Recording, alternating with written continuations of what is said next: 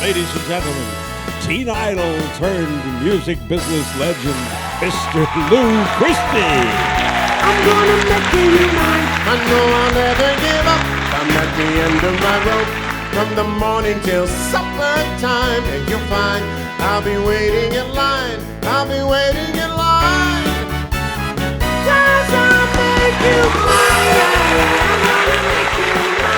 I got stuck with doing the falsetto because I was looking for a sound that wouldn't sound like someone else, because they said, you got to, come up with something different. They said the disc jockey puts the needle on for about 15 seconds. If it doesn't catch his ear, it's 300 records come out a week. He said, I'll just throw it in the wastebasket, And I thought, I've got to get their attention. So that's when I had some trouble with my baby. And I did the Gypsy Cried.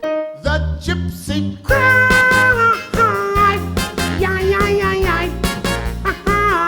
And sang it in falsetto, and it was like that's how I got established singing with this sound. And of course, I had to follow it up, and that was Two Faces of I and Lightning Strikes and Rhapsody. So to this day, I'm still singing those songs, in the same key that I recorded them 50-some years ago. Beyond the blue horizon lies a rising sun.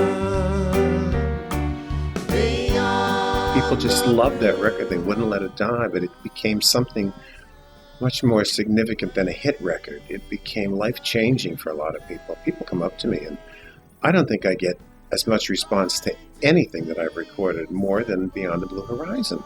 And it wasn't like my number one record, but there was something life-changing about that song. It hit people's soul. Life has only begun. Rain Man, that was just quite amazing because, it won 5 Academy Awards, and it was in a very pivotal part of the movie. About 3/4 of the way through the movie, and Dustin Hoffman and Tom Cruise were brothers, played brothers in it. And they were driving across America, and then you heard me singing this. The movie started changing. They were bonding together, and,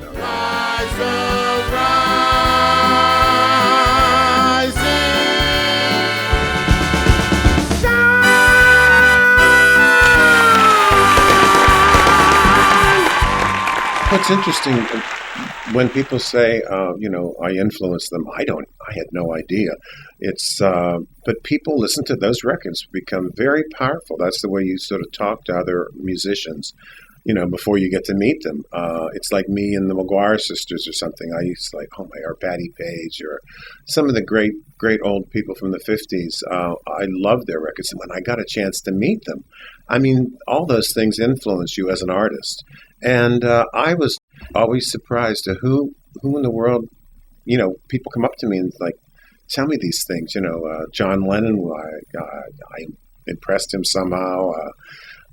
And he would tell everyone about, Lou Christie. He used to call me Lightning Lou all the time. That was the one that really put a big stamp on it, because I went into the Army and marched around a bit. It's one of those 6-month deals, where you were in the reserves. But the whole time I was there, I thought, oh God, I got to get back. I got to get back on that Dick Clark bus and go do Bandstand. I need a new hit record.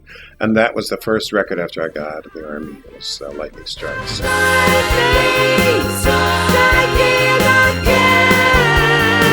February 19th. 1943 I was born. Do you know that Lightning Strikes went to number 1 on my birthday? Lightning